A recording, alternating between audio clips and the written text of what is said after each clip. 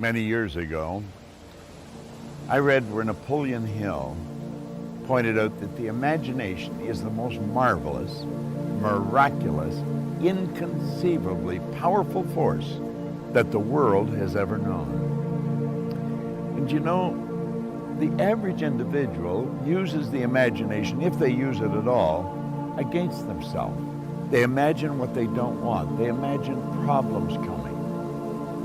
Let's begin to use our imagination the way God meant it to be used. It's the greatest creative faculty that we possess, and we can build anything we want with it. I want you to wander around your home or possibly your office and take a look at all of the conveniences that you have there that you didn't have, let's say, 2 years, 5 years, 10 years ago, 25 years ago. Do you know that every one of them, without exception, was first created in the mind of one individual with their imagination? Do you know you can use your imagination to go into the future and bring it into the present? That's what all highly successful people do. They see where they want to go, and then they act like the person they want to become. It was William James from Harvard's advice. He says it's the actor's technique. Act like the person you want to become. How do you do that? Well, you use your imagination, of course. You see, it's a strange phenomena, but the greatest gift we've got is used very well up till the ages of 4 or possibly 5. The little child, we always wonder what's going on in their mind. They're using their imagination. They're building wonderful pictures in their mind.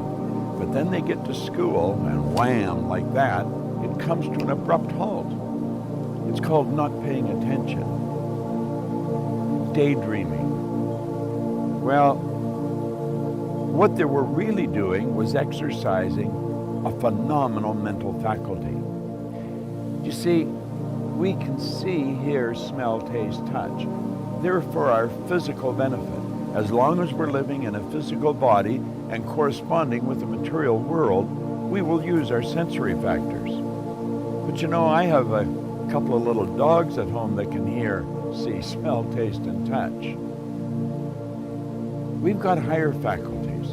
You have perception, the will, memory, intuition, reason, and imagination. These marvelous tools. We can take our imagination and build an image in our mind of how we want to live. Block out what's going now. Don't let your present results have anything to do with this. Just what you want. And it's with your imagination that you will build it. Everything that we have, the camera that I'm speaking to right now, was first created in the mind of one individual. Think of how our world's changed. You see, we were gifted with these higher faculties. We're God's highest form of creation. We were created in God's image. We were given creative faculties to use. And you know, they're only used by 2 or 3% of the population. It's almost inconceivable that people would wander around with so much power and potential and squander it. See, the average person literally tiptoes through life, hoping they make it safely to death. It's such a shame, and it doesn't have to be that way. Think we have giant corporations and little wee creative departments. And the primary reason for that is the average individual really does not believe that they're creative. Now think. Everyone's creative, and no one is more creative than another. It's just that some have chosen to use their creative faculties to a greater degree than others. Imagination, your imagination. What do you want? How do you really want to live? Build the picture in your mind. There's a power that is flowing to and through you. A creative, unadulterated power.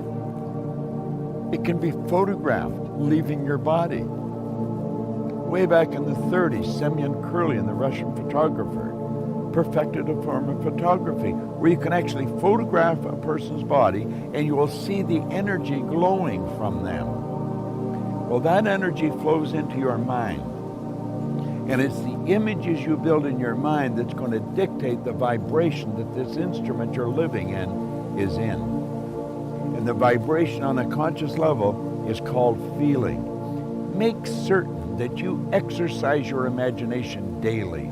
Build beautiful images in your mind of how you want to live and then hold those pictures there and live that way. The imagination, the greatest nation in the world, the imagination.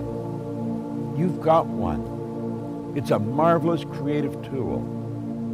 It deals with the invisible side of your personality.